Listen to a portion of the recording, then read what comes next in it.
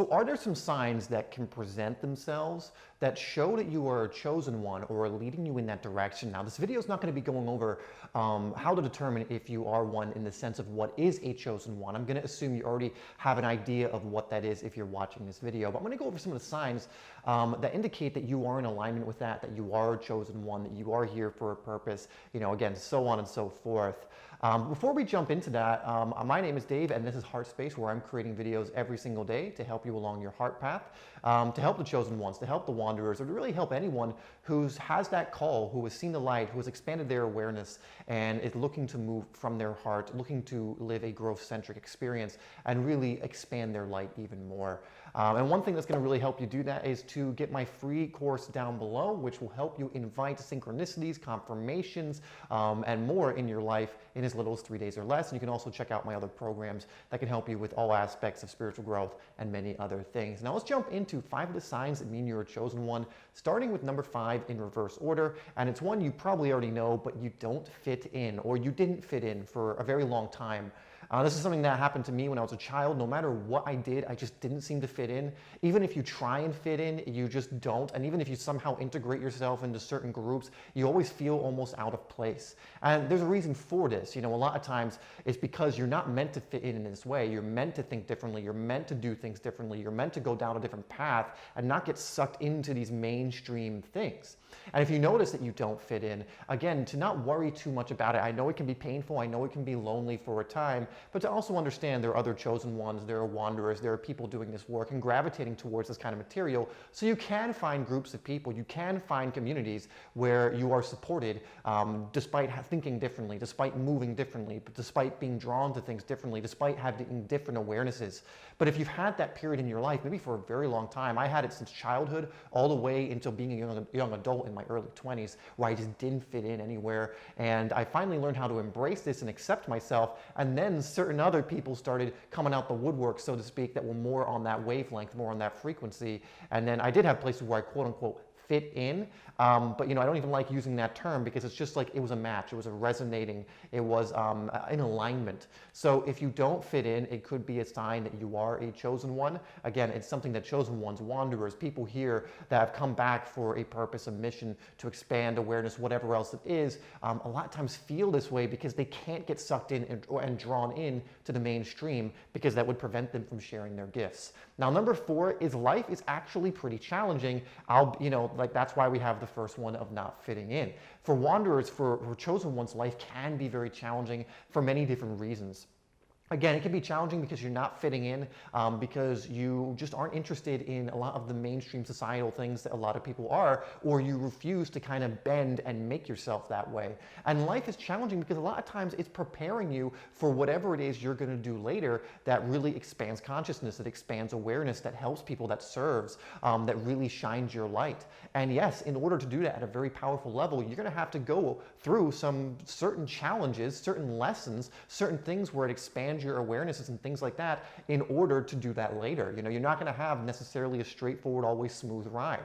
For myself, I've had a near-death experience. I've been homeless before, but some of those challenges, quote unquote, and again, I'm not going to say struggles, I'm just going to say challenges, because when I look back at those things now, they expanded my awareness and gave me quantum leaps in understanding and my ability to actually be able to serve. In fact, they have served me so well, many of the challenges looking back, the not fitting in for almost a couple of decades of my life actually served me, because I didn't get hooked into certain things. It caused me to start thinking on my own. It caused me to do many different things that are now serving me in amazing ways now as I go forward doing the work that I do. So that's another thing that can pop up, is your life is challenging, but understand that life doesn't give challenges to people that can't handle those challenges or for no reason. It's not coincidental. It is to try and mold you and shape you into what you're destined to be in order to help and serve in the way you came here to do. Now, the third thing is you're open-minded and you think differently. Like we already mentioned this. So number 3 is open-mindedness, almost like a very healthy level of skepticism. Now, not a closed-minded level of skepticism, because a lot of people have that where they're dogmatic, We're not talking about being dogmatic. We're talking about open-minded skepticism. And it's why you probably don't really get hooked into the mainstream. It's why you're not getting hooked into the matrix level of collective consciousness and thinking, because you have that open-mindedness. You have the urge and the curiosity to ask questions. You don't just take things at face value. You go out and do your own research. You go out and find out things instead of just because someone told you, taking it on board.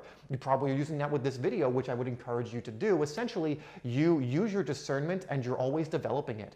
And this is something that's very important as a chosen one, as a wanderer, as someone who wants to do this work, especially if you're going to serve people, because you need to be kind of critical about ideas so that what you're serving up is actually valuable and actually will help people, and also the things for yourself as well, that it's actually going to expand consciousness, that's actually going to expand the light and love. That's why, being open-minded is so important, and it can, again, be a lot harder because you're going to go against the grain. There are going to be people who don't like you. There are going to be people who call you crazy. There are going to be people, et cetera, et cetera. But again, that's the challenge of not fitting in. It's helped prepare you for those moments when people maybe don't accept you for the way you are, for the information you're giving, or for whatever it is you're doing as a chosen one.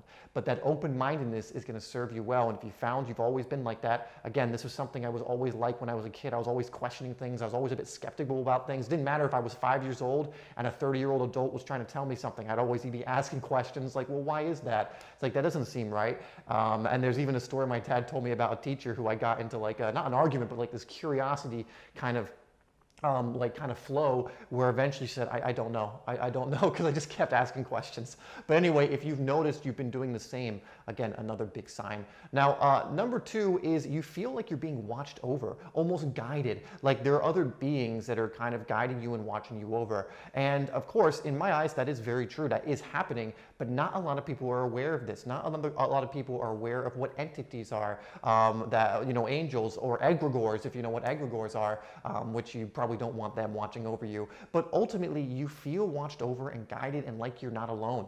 During my near-death experience, one of these entities presented itself to me, and it was absolutely magical. And I always had the feeling like something was watching me, something was watching over me, something was almost keeping tabs on me in the sense of guiding me to things and making sure I was okay. And during this near-death experience, when I was right on the cusp of potentially passing over, it came to me and gave me a ton of information and downloads, and it was a magical, magical experience. And I'm not saying you have to have that experience to be considered a chosen one or a wanderer or whatever, but if you just get that feeling, and maybe you've had it for a while, that you are being watched over, like you're not alone, there's someone guiding you, even when you're in an empty room with no other human being in sight, that there is something there guiding you and watching you over.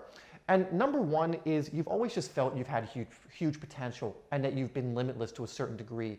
Even when I had every reason to believe that I was just going to be someone who never amounted to much, or I had every reason to believe that I didn't really have much potential, because the world tries to teach you that you're kind of a fragile little being that's, not much changes. It really, if you look at the mainstream programming, a lot of people are convinced also that life is a struggle.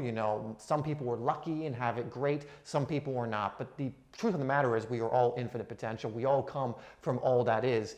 And if throughout your life, for the most part, you've kind of understood, I have this huge potential, and you've never really wavered too much in that, even when things were tough, again, that's a huge sign of it, because you've just been more connected to that truth. And that's something for me, again, even when I was depressed, even when I didn't fit in, even when I had really dark times, I always kind of knew that, this wasn't right. And there was so much more available. I never really got into this kind of mindset consistently where it was like, well, you know what, I'm going to give up, or life is just misery, or I'm just not destined for anything more than this. I always knew that, wait a second, something's so off about this, because I know I have huge potential. I know we all can grow and expand and evolve in this lifetime.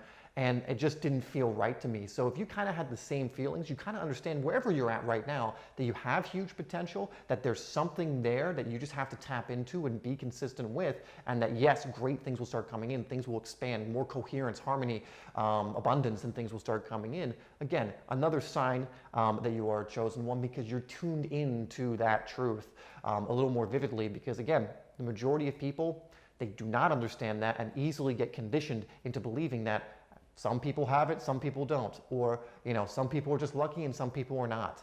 even though that isn't exactly the truth of the matter. Anyway, that has been this video, guys. I hope it has been very beneficial to you. There are more signs that can indicate that you are a chosen one or a wanderer, and also understand that being a chosen one or a wanderer isn't better or worse than anything else. It just is just another designation, another thing. And again, I would look into wanderers and chosen ones to learn more about what this is. It's not better or worse, and I would really invite you not to come from a level of superiority if you discover that you are one, because again, it's not better or worse, it just is what is. Anyway, here's another video that can help you and something that I think will be great as a follow-up to this one specifically for you. So thank you so much for tuning into this video, and I'll see you over there.